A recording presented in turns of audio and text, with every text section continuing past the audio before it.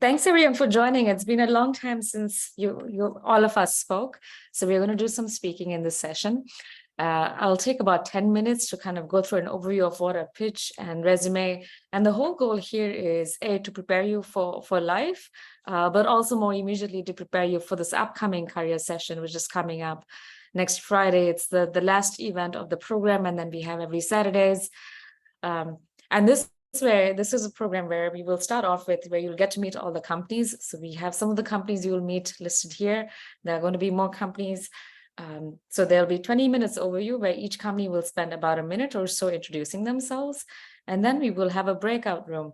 And in the breakout rooms, each company has a breakout room. You can attend whichever breakout you want to be in and get to meet the company you're most interested in, or multiple companies you're interested in.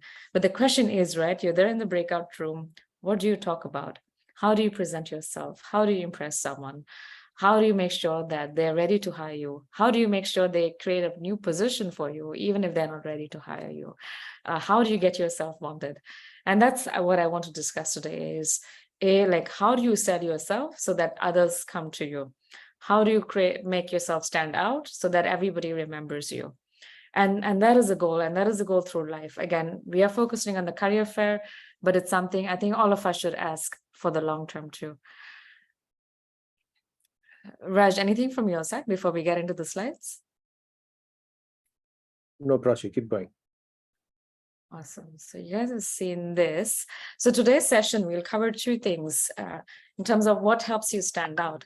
One is, of course, your presence. Having, when you come next week, please make sure your video is on, you're well-dressed, the lighting is good, your microphone is clear. So have your background ready.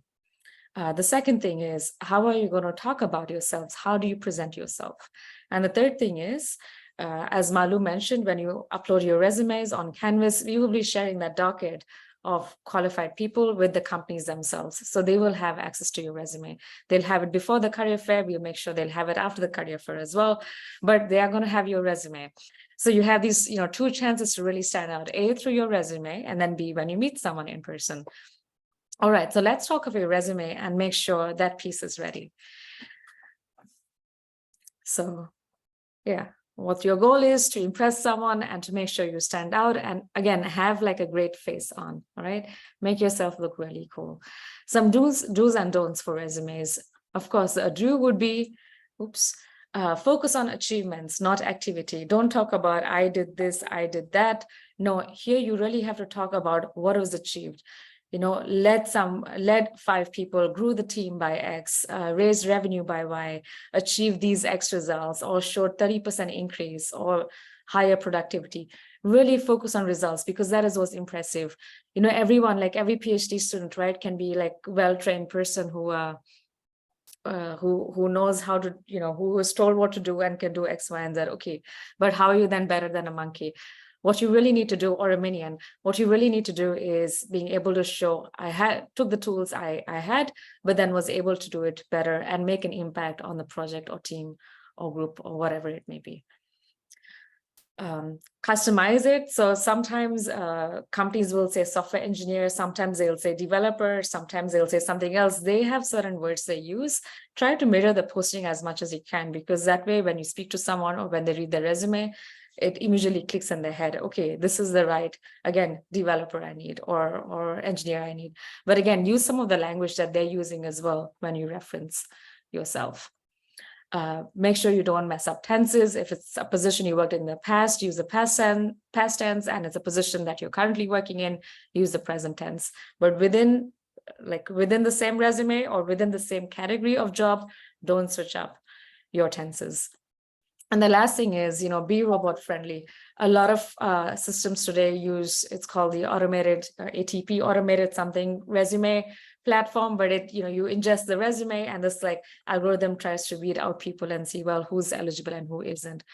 That does not work in your favor. This is where you want to be really, really, again, like I said, robot friendly, and that you make sure that your resume does not confuse any kind of robot. So now I want to show you some resumes that really impressed me. And this one I've put in the chat already in our Discord. And this one is by Shantanu Jha. He is a PhD student at MIT. And I just love his resume. It's very clean, nicely formatted, very, very easy to read. I know where he studied. I know like what years was where, and I can see clearly what kind of topics that were covered. Same with his research. It is very clear. He's even, bolded some things that really stood out for him. And then he's made it very clear what he was doing at each of those positions. We explored using X tool, X technology to achieve Y. He's even linked out to papers, which you can do as well. So you can see here, it's a hyperlink. I can click here and I'll go to the Nature article. You can use hyperlinks, right? Because again, I use that for my resume too. So link out to things if you have those. And then even when he has work experience, he shared that very clearly, very nicely. It's easy to read. I'll show you one more. This is a former colleague of mine. Something she does well is she does a lot of name dropping. So when she was product manager for a large energy firm, she mentioned collaborated with partners.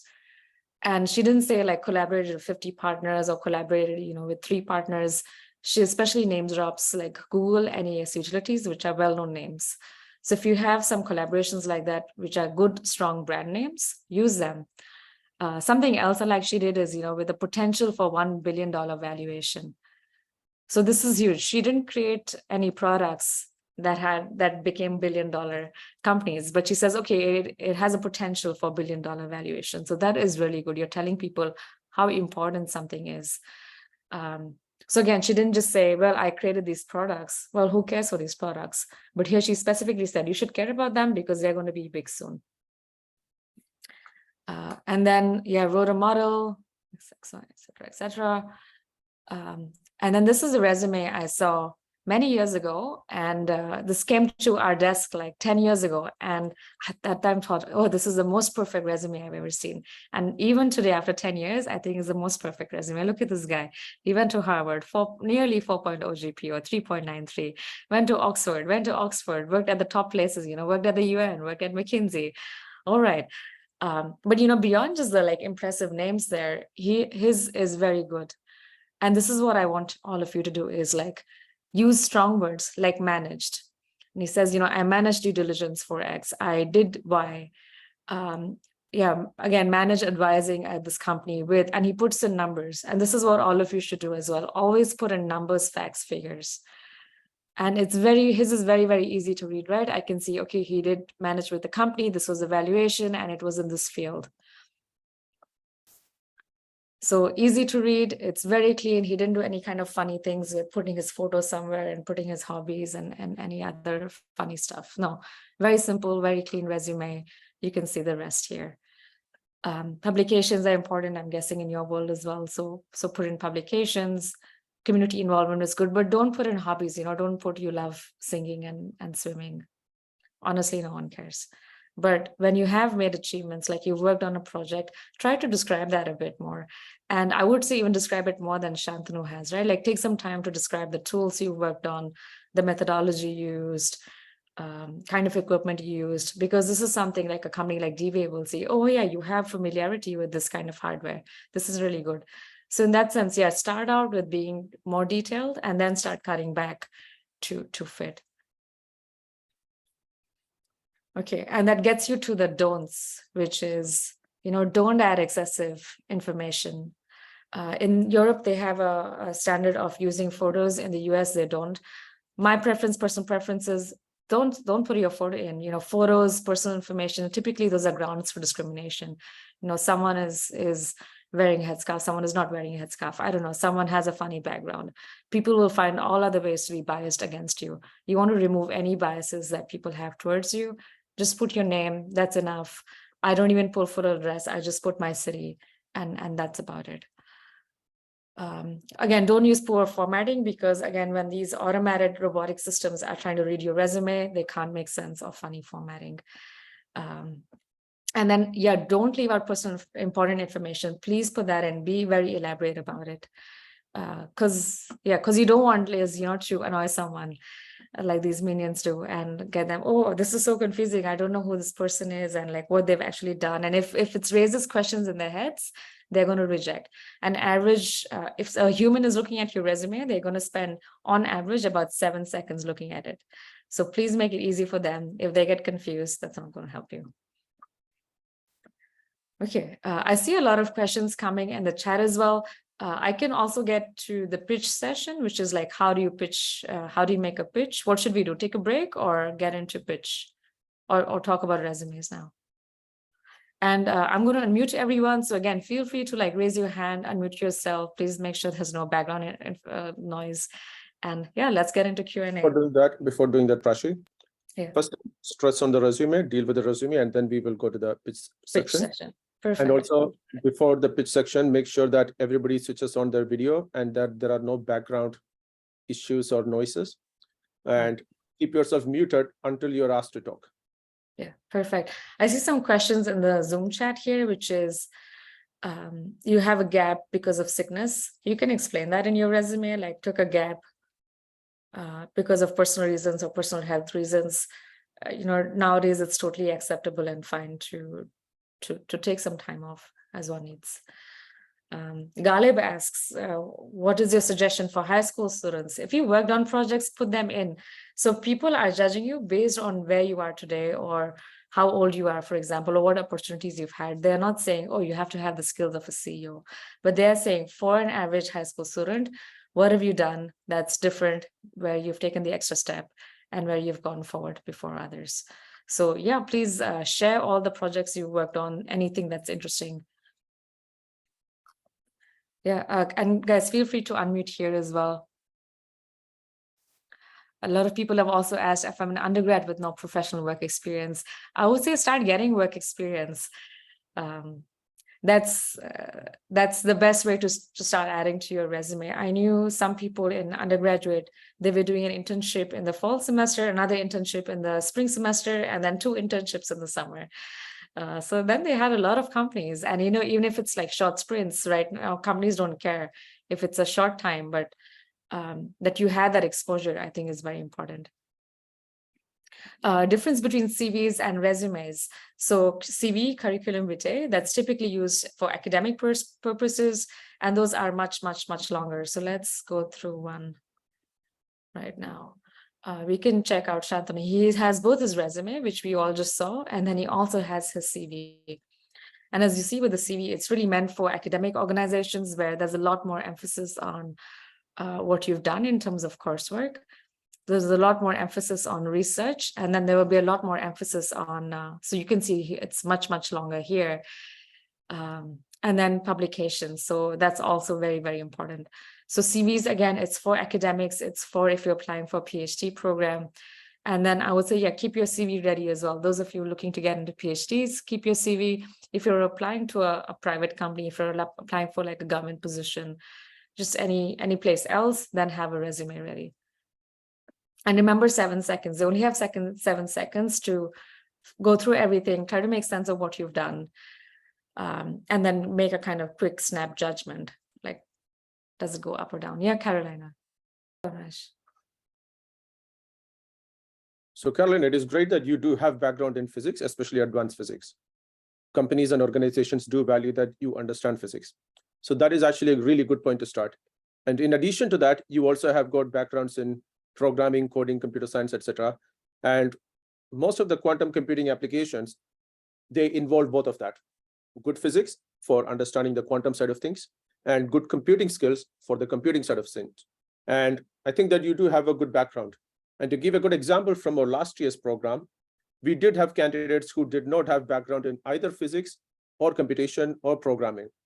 Despite that, they worked really hard. They participated in the program. They were very methodical. They were very timely. They were very diligent.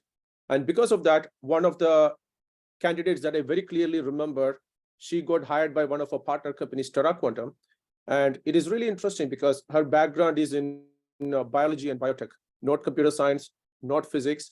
And still, Terra Quantum not only recruited her and hired her, it was also an interesting year last year in Europe, because this young woman is originally from Russia, and it was very difficult in many parts of Europe for Russians. And even for most Europeans, it is very difficult to get into a country like Switzerland, which is not part of the EU.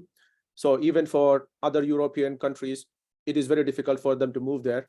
Despite all those hurdles and limitations, because of our dutifulness, diligence, and application of skills in the WOMANIUM program, she got recruited by Terra Quantum, which is a leading quantum startup in Switzerland. And because of some initial delay in visas, they actually provided her a position in their London office. And now she's working with the entire Terra Quantum team.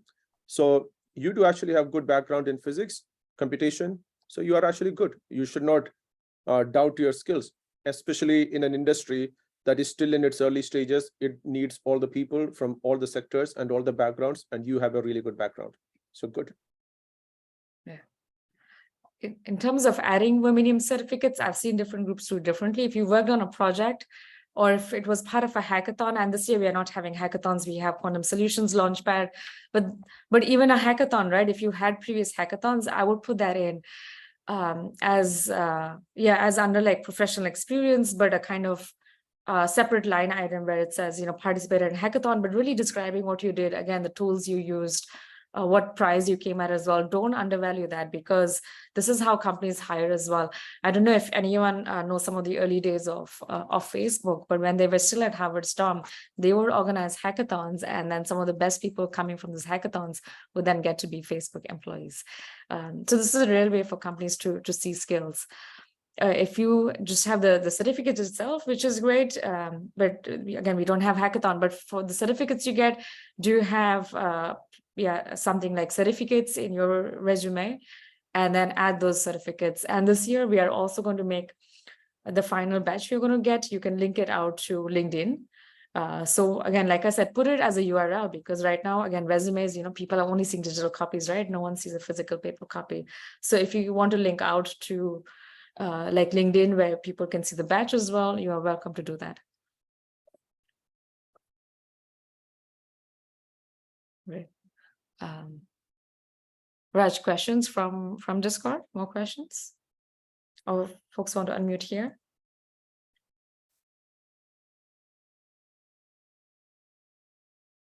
I'm going through Discord, so I'll take them one by one. First thing from Aniruddha, my internet is poor, which is making me leave and join the Zoom frequently. Yeah, I cannot solve that. But let us get into the other things. So there is an interesting point that Harsha from the US had mentioned about ordering the sections as summary, education, work experience, other stuff, which is really good. You should always classify things so that it is easy for the reader to understand everything, so that they can go to the relevant sections instantly and immediately without having to go through everything. So please do categorize it. Yeah, and typically it's chronological order. Reverse chronological order. Yeah. Because people want to know what you did lately, very recently, because that is going to be more relevant for what you're going to do next, compared to what you had done 2 years, 5 years, 10 years ago. Because some of those skills, though relevant for building your skills and building your career, may not be as directly relevant oftentimes for the job that you're going to apply next. So most companies actually look what is latest and what is most relevant and what is the nearest to them. Jasmine from the USA asked, since she already graduated, can she include courses that she took in college that are relevant to the role? Yes, if they are relevant to the role, definitely do mention and highlight that, because it is relevant to the role. And yeah, the courses that you took in quantum mechanics and computing, even though it is outside your major. And that is a really interesting point, that you actually took the initiative to study topics and take classes outside your major. It shows initiative, it shows willingness to learn, and also it shows curiosity. But more than that, it shows your technical skills and your knowledge. Definitely do highlight it. It is a plus point. Mohammed Wakar Amin, what will industrial experience land someone into a PhD position? Yes, many people do go from industry to get PhDs, because depends upon the industry and depends upon what PhD it is, because not everybody wants to be in a particular industry for an extended period of time. They might have other interests that they would like to pursue. Are there any projects in the career fair which can support a PhD? I think that Dr. Marlowe Slot will be able to answer that. And also, do we need to upload CV on Canvas or resume? Upload your resume, because resume is shorter, and that is what the companies are going to look at. And once they have shortlisted you, they will perhaps, if needed, ask for your CV that will encompass everything comprehensively and in depth. So CV is your first profile that people see. So make it relevant, concise, and compact and targeted. One important question a lot of you are asking is, if I qualified for WOMANIUM's Q Bronze, Q Nickel program this year, can I put it in my resume? Yes, go for it. If you do qualify, if you have are qualified for it, if you've passed the test, please add it. I mean, we understand that from qualification to actually getting the certificate, there's some time, because of course it takes us some time. We're a small team to get the certificates out. But if you do actually qualify, if you have passed things, please add them to the resume. This is great. And yeah, please add them and showcase that you've really worked hard for it. And I want to make sure that yields results. Next question, I will combine two questions. One is from Shubhani Mohanty in India, and Durgesh K, also from India. Shivani asked, I'm only a graduate student, have no work experience. How can I write a resume? And Durgesh asked, I'm in the last year of master's in science physics student, but have no good background of computing. Can I get into industry? Yes, the answer to both of that is yes, you both can get into industry, because you both do have background and knowledge and understanding that is relevant to the industry. And that is why I previously gave the case of the person from last year who got into Terra Quantum, despite not having skills as close and relevant to the industry. Sometimes your skills may not directly immediately translate to what the industry needs, but most companies, they are willing to actually train you, give you guidance, because even with a PhD, you may not have all the relevant skills, most of the people, to work directly in a company in their particular type of implementation platforms, etc. So there is always going to be a learning curve, and companies are willing to invest in the right candidates who show the necessary background, who show the right skills, who show the right interest in building the skills. So you can actually build the skills. How to write a resume, CV, that is what is going to be covered in this session. All right. And Viraj asked about experience related to management, but not relevant to quantum directly. Should it be written? Yes. A company is not all about technical stuff. It is also a lot about management, business operations, sales, marketing, etc. A good example of that was Alex Kosegi earlier today from D-Wave. She had done multiple roles and positions at D-Wave, from working with clients, sales, and also the technical side of things. So Alex is a really good example of somebody who spans multiple domains of skills, and therefore multiple domains of skills are valued by all companies.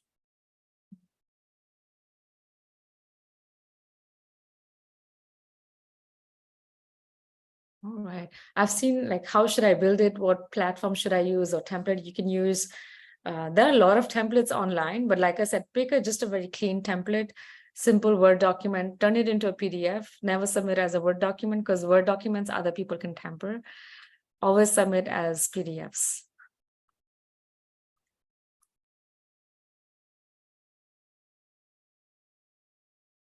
All right, please unmute yourself here too if you have the question. I know we are all used to Discord, but you can unmute here too. So you can raise your hand if you have any questions, and you can ask directly. This is your opportunity to let us know how you sound like. Yeah, I see, like, Gopal asked, a lot of companies are recruiting for PhDs, masters. I only have a bachelor's, I don't have any publications, can I get hired? I think, I mean, again, it's really field dependent. One thing is, don't undervalue industry experience, because we have a tendency to keep getting degrees. But if you get some more industry experience, I think that will also help you figure out what PhD you want to get later, or what kind of masters you want to get later. So see that as a stepping stone to your own educational journey too. You know, we never stop learning, but you can take a pause on that and try the workforce too. You have research experience not related to quantum. Yes. So quantum is not a field yet. So someone asks, what if I have experience that's not in quantum? but should I add that into my resume? I would say, yeah, absolutely. I think as you've seen, right, that quantum requires multiple skill sets. It's not as specialized a field yet. So that means that companies are looking for breadth, they are looking for other skill sets, and those skill sets can apply to other parts as well, hardware, software, various other areas. And Raj mentioned Satane, she is now working at Terra Quantum. She went through our program last year. She's coming from the biomedical field, but she had very good program management skills. I can show you her resume too. Give me a second. She had very strong, yeah, that's her resume, very strong project management and product management skills. And this is why today she's at Terra Quantum. So don't underestimate, like you see any quantum experience here? No, she went through our program. So that was the program, that was her quantum experience. And this is how she got into Terra Quantum in Switzerland.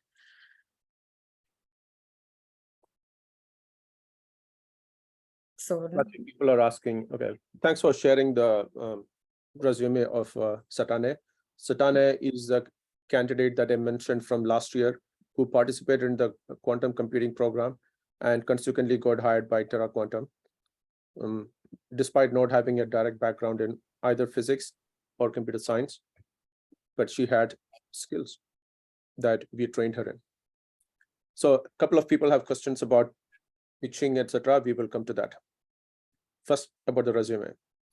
A lot of people have been asking questions about the difference between resume versus CV. Prachi, can you open Shantanu's website? This is a really good example of a real person who is currently a student at MIT Center for Quantum Engineering and also a good friend and partner of WOMANIUM.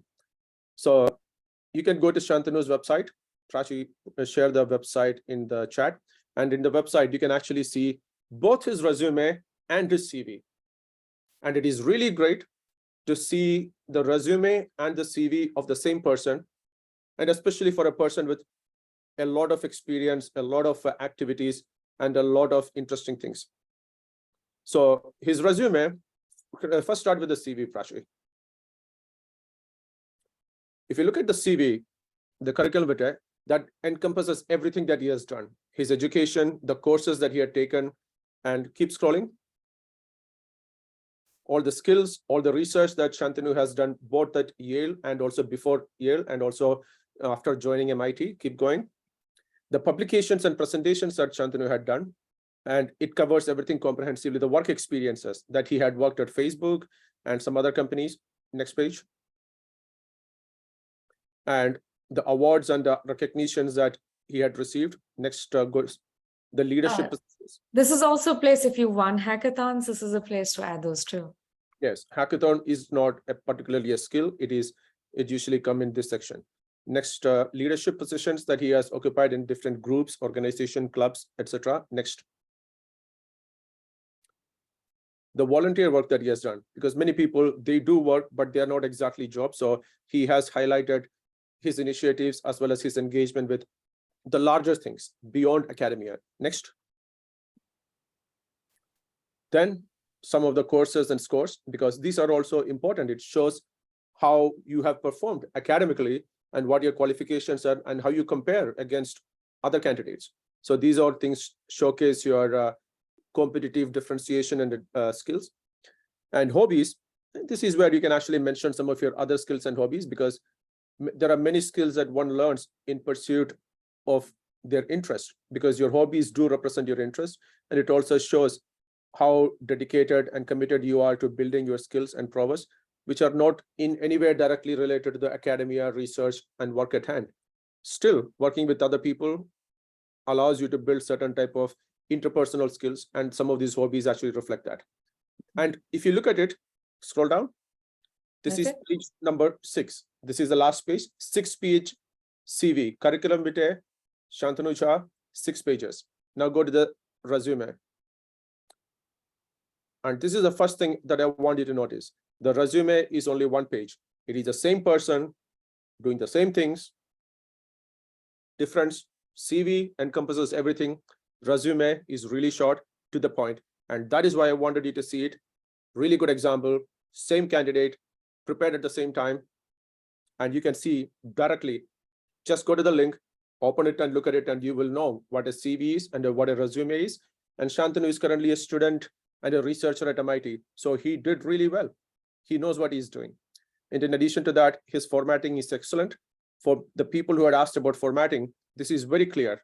This is something that can be read by a human as well as machines. So as soon as you see the PDF, you can actually read the things, and the titles or the positions or the organizations are very clearly mentioned so that you can actually skim to the relevant parts where it mentions, for example, his high school, Stuyvesant. You can directly go and read about what he did at Stuyvesant or the research that he has done. Extremely clear, the times are clear, and this is really good formatting and really good presentation. I would say that this is the gold standard that you should try to emulate when you create your resume and your CV. And also, this is a really good place to find the difference between what is a resume and what is a CV. Always know the difference. And for job applications, at least initially, nobody asks for a CV. You always start by submitting your resume. And the resumes are always customized for the job, for the company, for the position at that particular point. That means on the same day, if at the same time, if you apply to 2 companies, those 2 resumes are meant to be different because your resume is specifically catered to that company, that position on that particular day. So your resume is customized. But if you were to send your CV on that same day, it is going to be the same because you don't change your CV. It is what you have done. It is not customized for a particular organization. It is who you are. But the resume is something that is condensed and customized for a particular job, particular position, particular company on that particular day or that particular time. And it always changes for each submission that you make to each company, ideally. But most people, being people, are kind of lazy. So they try to create a generic good resume and they try to fire it to multiple companies and they don't get hired. I know people and I know companies for one job position, they get about 5,000 applications. One position, good company, 5,000 applicants.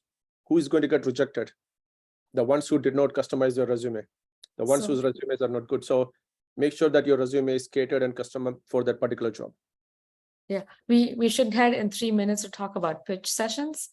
I see some more questions. MW, if you want to go first. Hi, can you hear me? Yes, go ahead. Okay, hi, my name is Mateusz. I want to ask from the recruiter's perspective, what is more important, the industry experience or the titles, the graduates, the courses? I know it depends, but in which cases, which is more important? Thank you. Good question. I'll take the question, Prashi. At least in the United States, and also many of the Western countries and industries, they actually look to hire a person, not a resume, not a degree, not a course. Because if they want somebody who has done computer science in university, they can potentially hire from a pool of 1 million candidates. But all those million candidates are not going to be the right fit for that company and for that team and for those specific projects that they're intending to do. So irrespective of all the courses that you've done in the past, you still have to stitch it together and focus it for that particular company and that particular position.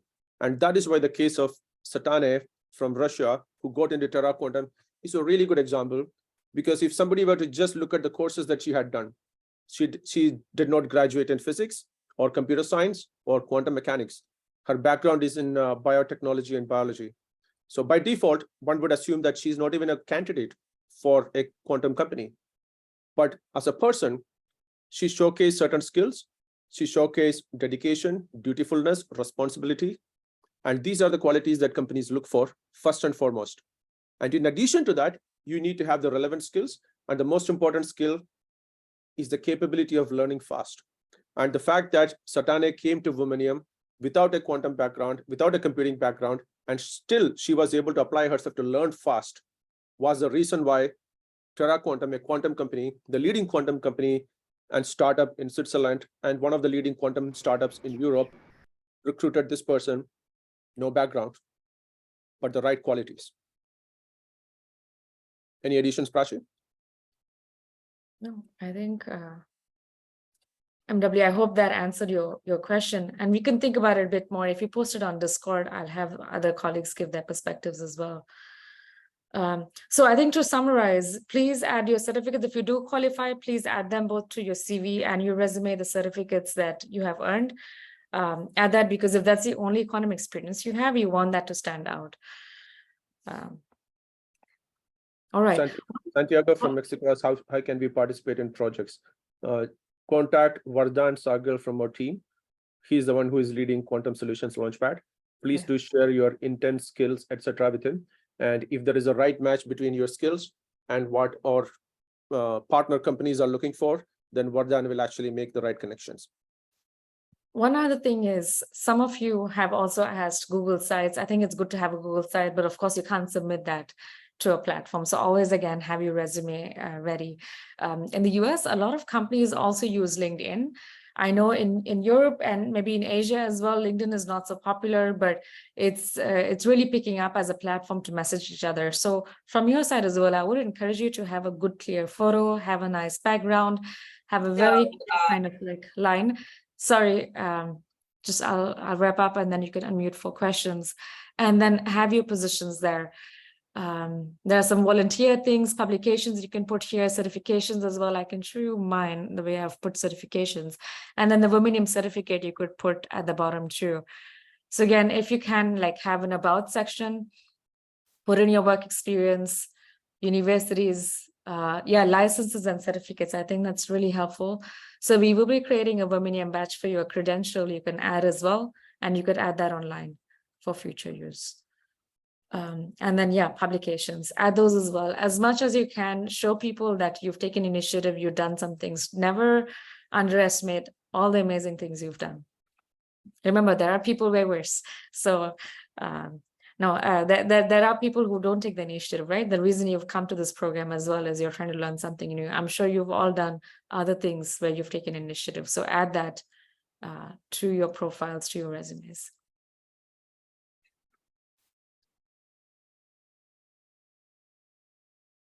All right. Should we get on to the pitch then? Let's spend 2 more minutes on CVs and resumes, because people are still like, raining questions on Discord faster than I can read. So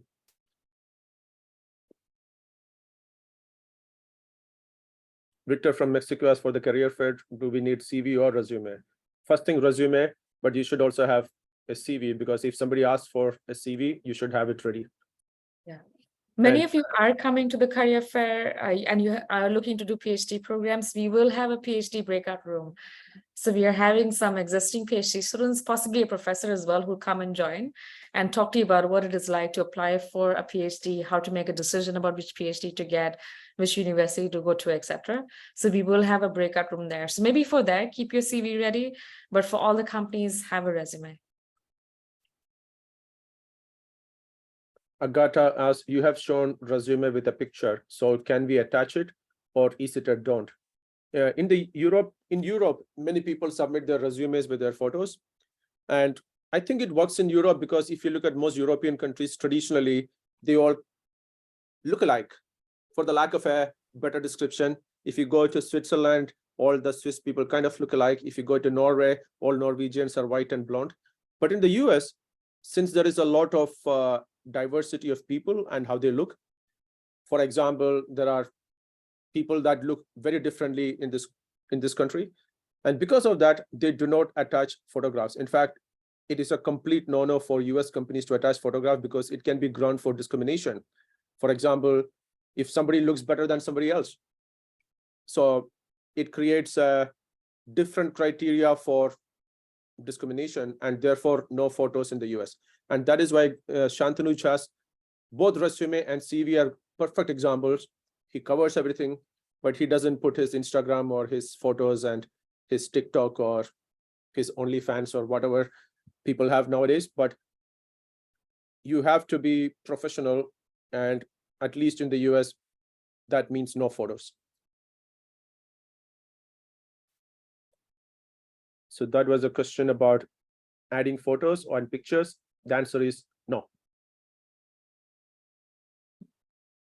Somebody said Shantanu has got a lot of achievements. I'm just speechless.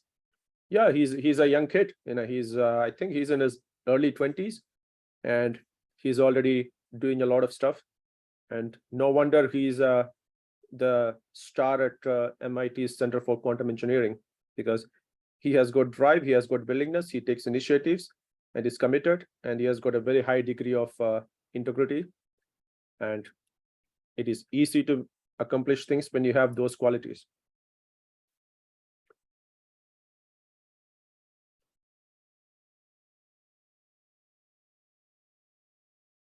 Okay. Somebody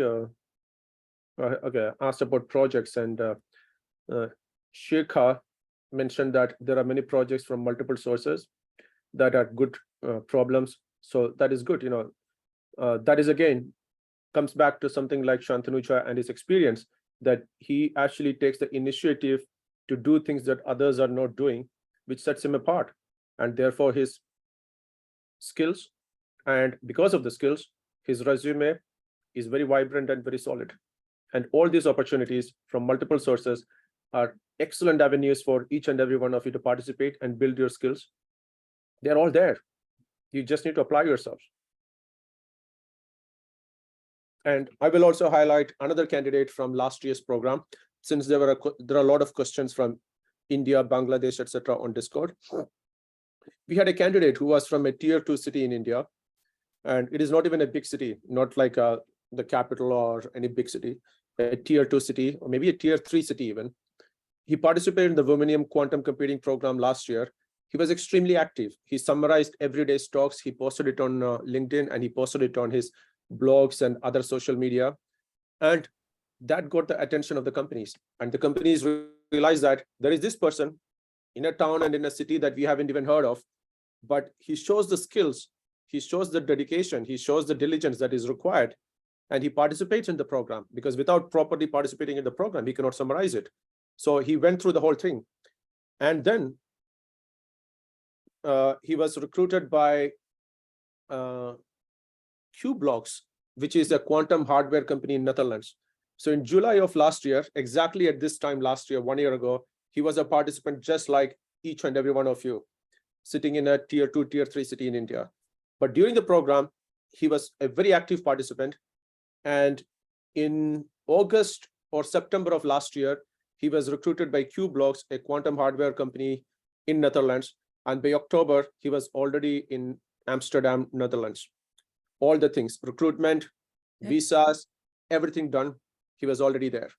So once again, sometimes it doesn't matter where you're located. What matters is what you do, and that gets you recognition and get opportunities. Same And with Satane. Yeah, and same like with Satane, like very little quantum experience, but very good communicator, had other skills that could contribute to the quantum field. He went through a program, and that became the X. So again, if you have other, that became the Delta, right? If you have other skill sets, please share them as well. You've gone through WOMANIUM, you have a fundamental understanding of quantum now, I hope. And that is what companies want as well. It's not just, again, a whole PhD. Sometimes, again, bringing these other skill sets can make sure you can rise. And yeah, talking about what Raj mentioned, now he's with a company called Qblocks. Like you can see, and you can see his YouTube channel. So very active, very strong communication skills. And yeah, joined Qblocks. And this was after a program. He met Qblocks at our program and joined there.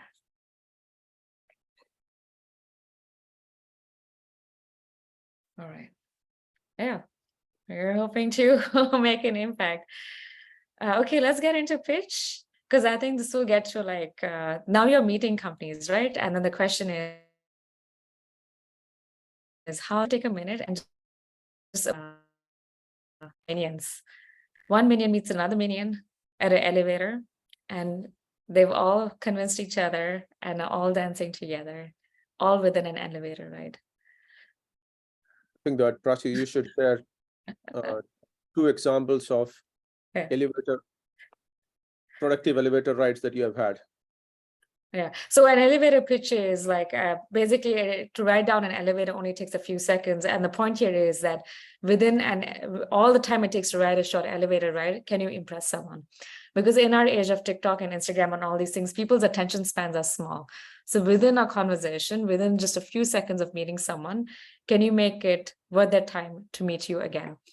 And yeah, one good example is I was in my elevator, my building elevator at the end of the day, going to my apartment from the lobby.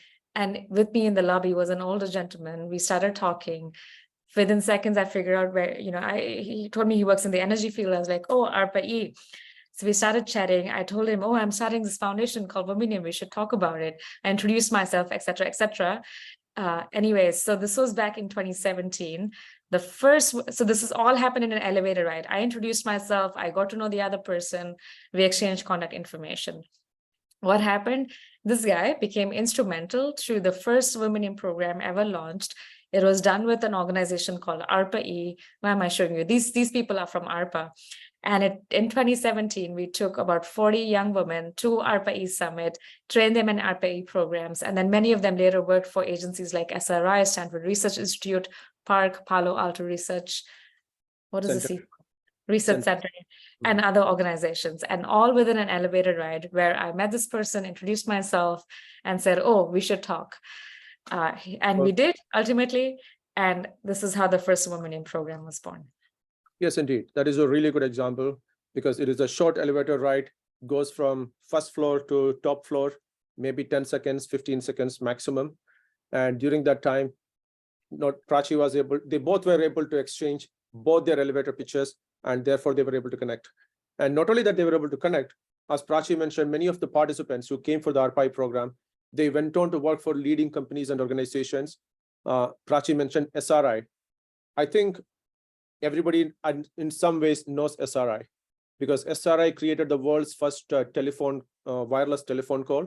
SRI created therefore the cellular service that you actually use in the 1960s. And one of the things that many people use today and recognize SRI is Siri on Apple. Siri was developed by SRI, and that is why it is called Siri. SRI, Siri, you get the connection, right? SRI, Siri. So Siri was an SRI product that Apple had acquired. So once again, it all started in an elevator ride. But why did it happen? Because Prachi was able to articulate clearly what she was trying, at least at that point, WOMANIUM had not yet officially launched. So she shared what she was trying to do, and the person shared what he's doing. And at the end of the elevator ride, it's like, let's do it. And therefore, ARPA was WOMANIUM's first partner. Yeah. So the point here being that you may be in an elevator, you may be in a taxi ride, you may be anywhere with someone, you may be at next week's career fair. How do you impress someone in a short amount of time? And this is where you have to make sure your introduction is very good. Wherever it may be, it could be middle of the night, you meet someone at a party, well, you should impress them. And how do you do that? So if I were to give my own pitch, right? My name is Prachi Vakharia. I live and work in Washington, DC. I work with a company called Amazon. Look, I already built some credibility. I put some brand names. I really care for advancing women in science. In fact, we have a foundation. We give thousands of scholarships, and we work with some of the best agencies and scientists to train people in cutting edge technologies. That was my hook. And now I can say, well, we should talk. I know you do amazing scientific work, but how many people actually know about it? Let's have a meeting. Let's have a call. Any follow-up. That's it. And I'm done. So again, start with an introduction, build credibility. People don't know who you are. Share your institution, organization, any brand names you may have, or what you're doing. Then share something unique or interesting about you that helps the person think, oh yeah, this is actually something very, very interesting, or maybe it's relevant to my work. The person you should be asking, right? Like, how do I make this person care for me? What's in it for them? Right? And once you have that hook, once they know exactly, oh yeah, this is something we do as well, or this is something that I personally care for, great. Now you have a hook, and then you get to the next step, which is, at your career fair, your next step will be, yeah, we should have a separate one-to-one. I know you have my resume through WOMANIUM Foundation, they've shared it with you, but we should also organize a meeting, or please reach out to me and I'd love to meet you. Or, hey, I will send you my the project I worked on as a next step, so you can have a look at what I've done there. It could be literally anything as a next step, but always make sure there's a next step. The point of a meeting is to have the next meeting. And no one is going to meet you again if you're going to be dull and boring. Okay, so maybe I can ask questions, and then who wants to practice their pitch together now? And again, a pitch is something you use anywhere. Next week at the career fair, but again, it could be with anyone. I literally had the elevator pitch experience, but you may meet people at a live conference. You may be meeting people elsewhere. So always make sure you have your introduction ready in your mind and customize for who the person is.